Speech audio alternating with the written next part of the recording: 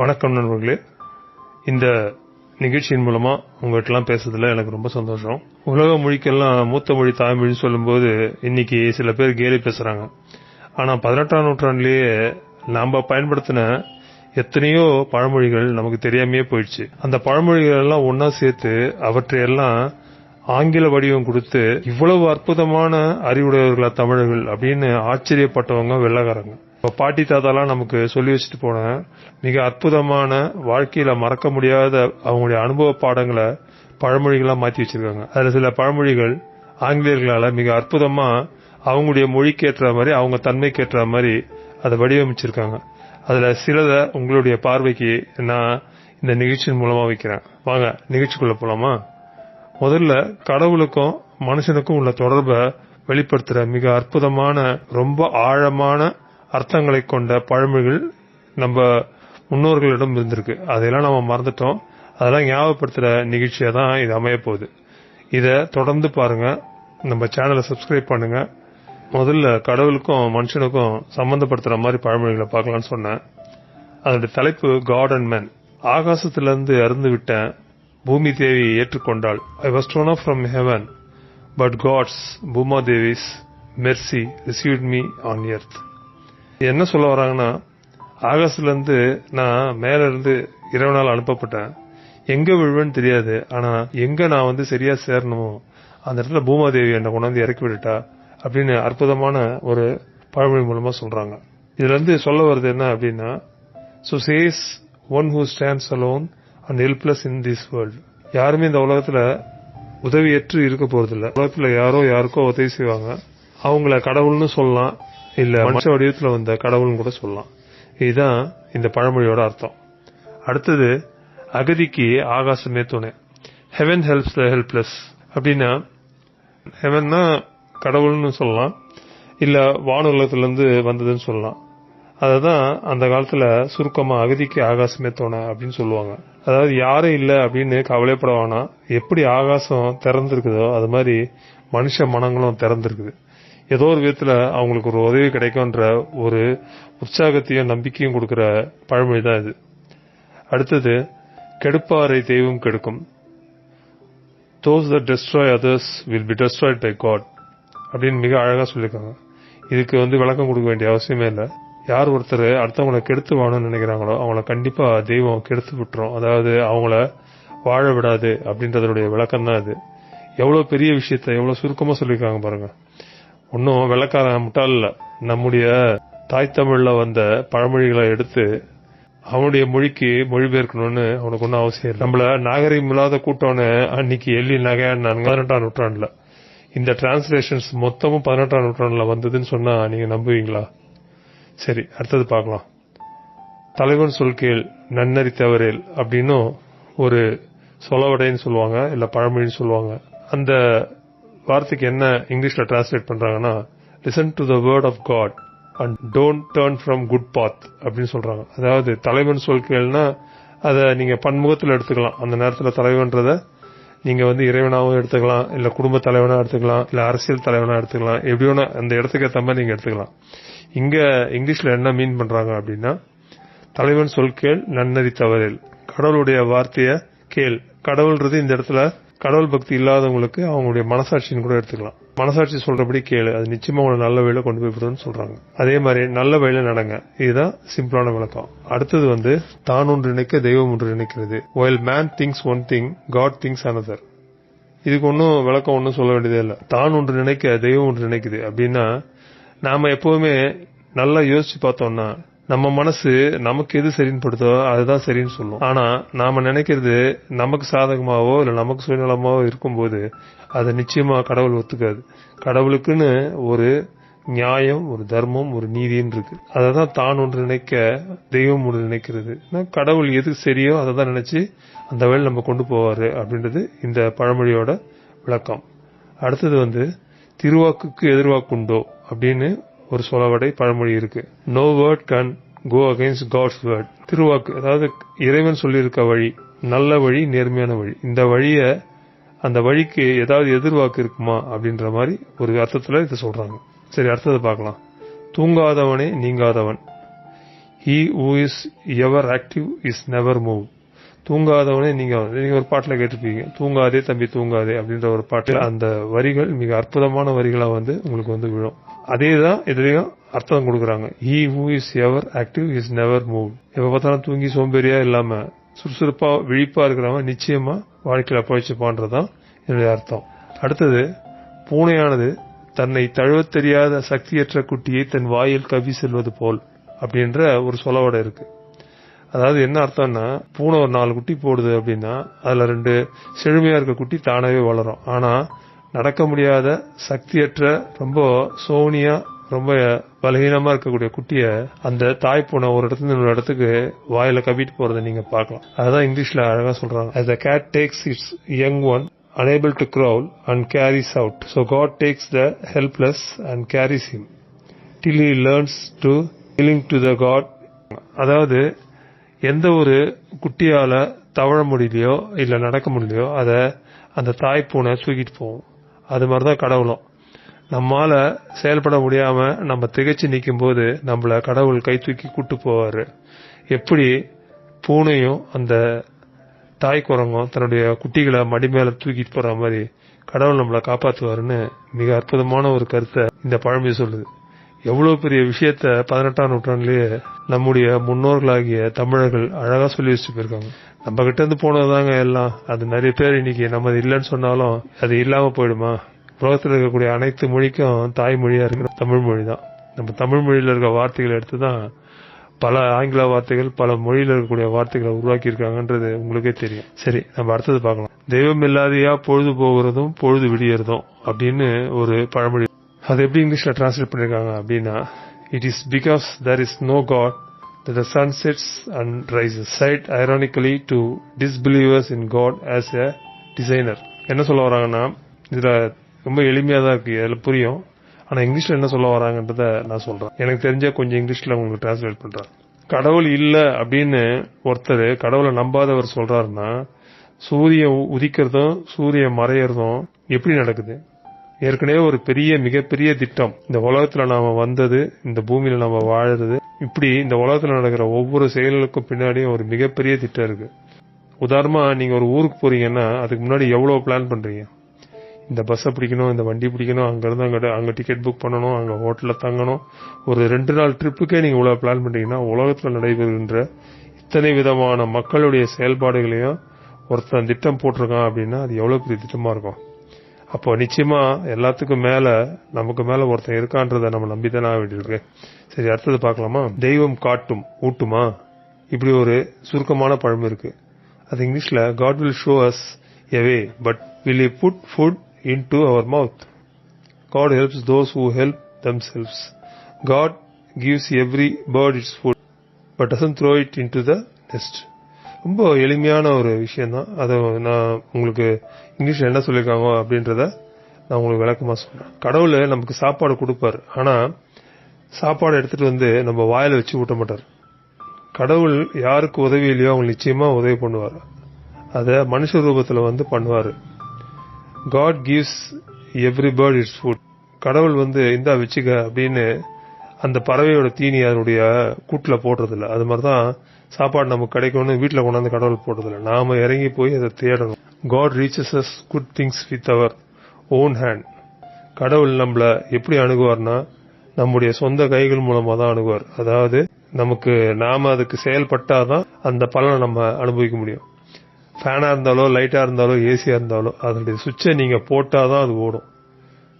கேட்கலாம், இப்பதான் smart remote வந்துருச்சு, எதையோ ஒண்ணு நீங்க அழுத்தினாதான் அது ஓடும். அதை பார்த்துட்டே இருந்தா ஃபேன் ஓடாது. அதுதான் இந்த பழமொழியோட நீளமான விளக்கம். சரி, அடுத்தது பார்க்கலாம். தெய்வ சித்தம் இருந்தால் செத்தவனும் எழும்புவான். If it be the will of God, even the dead will rise. இது என்ன சொல்ல வரான்னா, தெய்வ சித்தம் இருந்தா செத்தவனும் எழும்புவான். 3 நாளைக்கு முன்னாடி நம்ம நியூஸ்ல கூட பார்த்தோம். செத்து போயிட்டான்னு அறிவிக்கப்பட்ட ஒரு மனுஷன் எழுந்து உட்கார்ந்தது மிகப்பெரிய ஆச்சரியமா இருந்தது. அதுக்கு இந்த பழமொழி நல்லா ஒத்து போகுது. முன்னவனே முன்னின்றால் முடியாத காரியம் உண்டோ. இதுவும் ரொம்ப சிம்பிளான ஒரு பழமொழி தான். கடவுளுக்கும் மனுஷனையும் சம்பந்தப்படுத்துற பழமொழிகளை தனித்தனியா பிரிச்சிருக்காங்க. இதுல எவ்வளவு பெரிய ஒரு அற்புதமான விஷயம்னா, எல்லாத்தையும் ஒன்னா குப்பையை கொட்டுற மாதிரி கொட்டல, ஒன்னொன்னு தனித்தனியா. விதினா என்ன, அதே மாதிரி தலையெழுத்துனா என்ன, இப்படி ஒவ்வொன்றா வர லைவ்ல நம்ம இன்னும் தனித்தனியா இதை பார்க்க போறோம். இது மனிதனும் தெய்வமும் அப்படின்ற ஒரு தலைப்பு கீழே வரக்கூடிய பழமொழிகளை நம்ம இதை பார்த்துட்டு இருக்கோம். முன்னவனே முன்னின்றால் முடியாத காரியம் உண்டு, இதான் நம்ம லாஸ்டா பார்த்துருந்தோம். இது first one, God stand before us, there is nothing which we cannot do. நமக்கு முன்னாடி கடவுளே நின்னா நம்மளால முடியாத காரியம் நம்முடைய முயற்சி தான் நம்ம கடவுளை இந்த இடத்துல பார்க்கணும். கடவுளை கும்பிடுறவங்க கடவுளா எடுத்துக்கலாம், கடவுள் நம்பிக்கை இல்லாதவங்க அவங்க எடுக்கிற முயற்சி தான் அவங்கள முன்ன கொண்டு போய் நிறுத்தன்றதுதான் இத சாதாரணமா ஒரு சிம்பிளான பழமொழியா சொல்லிட்டாங்க. அது இல்லாம இங்கிலீஷ்ல இன்னொன்னு சொல்லிருக்காங்க, what God will no frost can kill. கடவுள் நம்மளை காப்பாற்றணும்னு நினைச்சிட்டாருன்னா நோ ஃப்ராஸ்ட் கேன் கில். இது அவங்க வெள்ளையர்கள் அவங்களுடைய நாட்டுக்கு ஏற்ற மாதிரி ஒரு பழமொழியை வச்சிருக்காங்க, நோ ஃப்ராஸ்ட் கேன் கில். ஒருத்தன் உறைஞ்சே போயிட்டான் அப்படின்னா கூட அவனால சாக முடியாது. இதுக்கு நான் ஒரு சின்ன கதை மட்டும் சொல்றேன், ரொம்ப சிம்பிளான கதை. 2 பேர் பனி படர்ந்த ஒரு மலை மேல நடந்து போறாங்க. அப்போ போகும்போது திடீர்னு இருட்டிடுது. அவங்க மரம் கிளையில ஒன்ன பற்றும் போது கிளை உடைஞ்சு கீழே தொங்குது.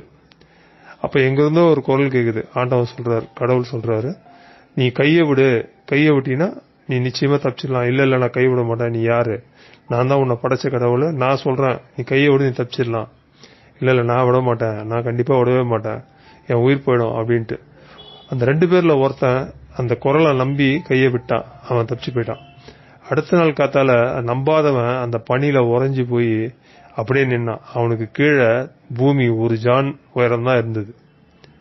என்ன அர்த்தம், கடவுள் மேல நம்பிக்கை வச்சு நம்ம இறங்கணும்னா எந்த ஒரு காரியத்தையும் நம்ம ஜெயிக்கலாம், இல்லைன்னா நம்ம தோத்து அழிஞ்சு போவோன்றதுதான் இந்த ஒரு சின்ன பழமையோட விளக்கம். அடுத்து நம்ம பார்க்க போறது, வையம்தோறும் தெய்வம் தொழு. What ever world you inhabit through the different transmigrations, worship Lord or worship God. வையம்தோறும் தெய்வம் தொழு. நீ எந்த இடத்துல இருந்தாலும் எங்க இருந்தாலும் இந்த உலகத்துல எந்த மூலையில இருந்தாலும் தெய்வம் தொழு. நமக்கு மேல ஒரு ஒரு சக்தி இருக்கு. அதை நீங்க கும்பிடுற எந்த சாமியா இருக்கலாம், நீங்க எந்த சாமியா கூட உங்களுடைய சொந்த சாமியா நீங்க எடுத்துக்கலாம். இந்த இடத்துல மதமோ இல்ல எந்த கடவுளோன்னு இல்ல, அவங்கவுங்க மனசுக்கு கும்பிடுற எந்த தெய்வத்தை வேணாலும் நீங்க எடுத்துக்கலாம். ஆனா நமக்கு மேல ஒரு சக்தி இருக்குன்ற நம்பிக்கையோட செயல்பட்டீங்கன்னா நிச்சயமா நீங்க வெற்றி பெறலாம். அடுத்து நம்ம பார்க்க போறது, அடிக்கும் ஒரு கை அணைக்கும் ஒரு கை. இது கடவுளுடைய கருணையையும் அவருடைய தீர்ப்பையும் குறிப்பிடுற மாதிரி இந்த பழமொழி இருக்கு. God justice and love, smite with one hand and embrace with the other. ஸ்மைட்னா அறையிறது. கடவுளுடைய கோர்ட்ல எப்படி சட்டத்திட்டங்கள் இருக்குன்னா, தப்பு செஞ்சா அதுக்கு மன்னிப்பே கிடையாது, ஓங்கி அற கிடைக்கும். அதே நேரத்துல தேம்பி அழக்கூடிய நேரத்துல நம்மள வாரி அணைச்சிக்கிற கையும் அந்த கடவுளுடைய கைதான் அப்படின்னு இந்த பழமொழி சொல்லுது. அடுத்தது, அரசன் அன்று கொள்ளும் தெய்வம் நின்று. நாம இந்த பழமொழியை இந்த காலகட்டத்தில் கூட பயன்படுத்துறோம். A king kills on the day of the offense, God stands, delays and kills. ஒரு தவறு செய்துட்டான்னு ஒருத்தன் அரசன் முன்னாடி கொண்டு வந்தாங்கன்னா, அவனுடைய தவறு தீவிரமாக இருந்தா அரசன் என்ன செய்வான், உடனடியாக அவனுக்கு மரண தண்டனையோ இல்லைன்னா ஆயுள் தண்டனையோ கொடுப்பாரு. ஆனா கடவுள் அப்படி உடனே அவனை தண்டிக்க மாட்டார், அவனுக்கு பல வாய்ப்புகள் கொடுப்பாரு. அந்த வாய்ப்புகளை அவன் பயன்படுத்திக்கல அப்படின்னா நிச்சயமா அவனுக்கு அழிவு கண்டிப்பா கடவுள் ஒரு நாள் கொடுப்பாரு. அதுக்குதான் இன்னொரு உதாரணத்தையும் சொல்லிருக்காங்க. Though the mills of God grind slowly, yet they grind exceeding small. Through the mills of God grind slowly. கடவுளுடைய அந்த அரவை இயந்திரம் என்பது மெல்லமா தான் சுத்தம், ஆனா கண்டிப்பா எவ்வளவு தேவையோ அது கண்டிப்பா சுத்தியே தீரும் அப்படின்றதான் இந்த பழமொழியோட அர்த்தம். அடுத்தது பாத்தீங்கன்னா, இதுவும் இப்போ வழக்கத்துல சொல்றதான், அரியும் சிவனும் ஒண்ணு, அறியாத வாயில மண்ணு நீங்க நம்ம சொல்றோம் இல்லையா. 18ஆம் நூற்றாண்டுல என்ன எப்படி இதை சொல்லியிருக்காங்கன்னா, அரியும் சிவனும் ஒன்றல்ல என்கிறவன் வாயிலே மண். May earth fall into the mouth of him who says that Vishnu and Shiva are not one. அன்னைக்கு பழைய காலத்துல அதிகமா சிவகோத்திரமும் விஷ்ணு கோத்திரமும் தான் மோதிட்டு இருந்தாங்க. நீங்க தசாவதாரம் படத்தெல்லாம் பார்த்திருப்பீங்க. ஆனா இன்றைய காலகட்டத்தில் பாத்தீங்கன்னா இந்த பழமொழி எல்லாருக்குமே புரியும். பல வடிவங்கள், பல உருவங்கள், பல மத வழிபாடுகள் இருந்தா கூட கடவுள்ன்ற ஒருத்தன் தான், அதை புரிஞ்சுக்காத வாயில மண்ணுதான் விழும் அப்படின்ற அர்த்தத்துல தான் இந்த பழமொழியை அந்த காலத்துல யூஸ் பண்ணிருக்காங்க. அடுத்தது, ஆட்டுக்கு வால் அளவு அறுத்து வைத்திருக்கிறது. God has cut the tail of the sheep as it is. அதுக்கு இன்னொன்னு சொல்றாங்க, God has limited each person's power. அதாவது அவங்கவுங்களுக்கு என்ன தேவையோ, அவங்கவுங்களுக்கு என்ன கொடுக்கணுமோ, எந்த அளவு தேவையோ அத கடவுள் கரெக்டா கத்திரிச்சு தேவையான அளவு மட்டும்தான் கொடுப்பாரு, அதுக்கு மேல கொடுக்க மாட்டாரு. உதாரணமா பாத்தீங்கன்னா, ஆட்டுக்கு வால் தர வரைக்கும் தொங்கியிருந்ததுன்னா அது எல்லாரும் ஈஸியா பிடிச்சிருவாங்க. அது சின்னதா இருக்கிறதுனாலதான் அதை கொல்ல வர விலங்குட்டது தப்பி போடுது. அது மாதிரிதான் மனுஷனுக்கு தேவைக்கு அதிகமா பணம் வந்துருச்சுன்னா அவன் தாறுமாற செலவு பண்ணுவான்.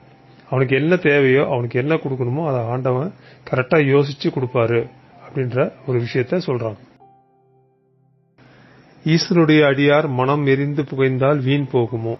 அன்றைய காலகட்டங்களில் 18ஆம் நூற்றாண்டுல ஈசன் ஒரு முக்கியமான கடவுளா இருந்ததுனால ஈசனுடைய அடியார் மனம் எரிந்து புகைந்தால் வீண் போகுமோ. இந்த இறைவனை கும்பிடுறவங்க இந்த இடத்துல நம்ம என்ன எடுத்துக்கணும்னா, பொதுவாக ஈசன்னா கடவுள்னு எடுத்துக்கணும். அவங்கவுங்க கும்பிடுற கடவுள். அந்த காலத்துல இந்த பழமொழியை அப்படி பயன்படுத்திருக்காங்க.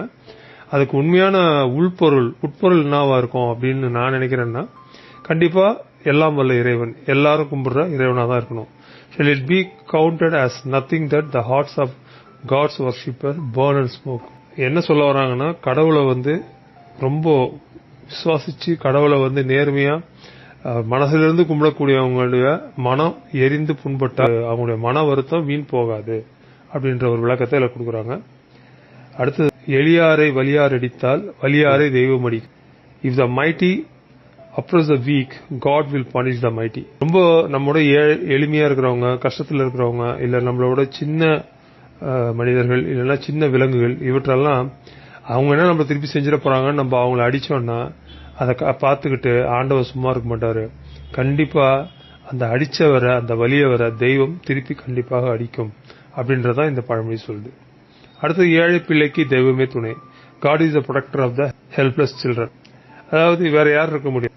இந்த ஏழை பிள்ளைகளை அவங்களுக்கு என்ன தேவையோ அதை தெய்வம் ஏதோ ஒரு மனித ரூபத்துல போய் அவங்க மனசுல அதை சொல்லி அவங்களுக்கு செஞ்சு கொடுக்கும் அப்படின்றதான் இந்த பழமொழியோட விளக்கம். கண்ணை கெடுத்த தெய்வம் கோலை கொடுத்தது. God has deprived him of sight, gave him a staff. அதாவது அந்த இடத்துல ஸ்டாஃப்ன்றது அந்த மென்டல் அக்யூட்னஸ்னா மனதைரியம், அந்த மன உறுதி, இதெல்லாம் சொல்லலாம். ஒரு மனிதனுடைய கண்ணை கடவுள் எடுத்துட்டானா அவனுக்கு ஒரு தைரியத்தையும் ஒரு தன்னம்பிக்கையும் ஆண்டவன் கொடுப்பான் அப்படின்றதான் இந்த பழமொழியோட விளக்கம். God never shuts one door but he opens another. இறைவன் ஒரு கதவு முன்னா இன்னொரு கதவு திறப்பான் அப்படின்றதா இதுல கொடுத்துக்கக்கூடிய விஷயம்.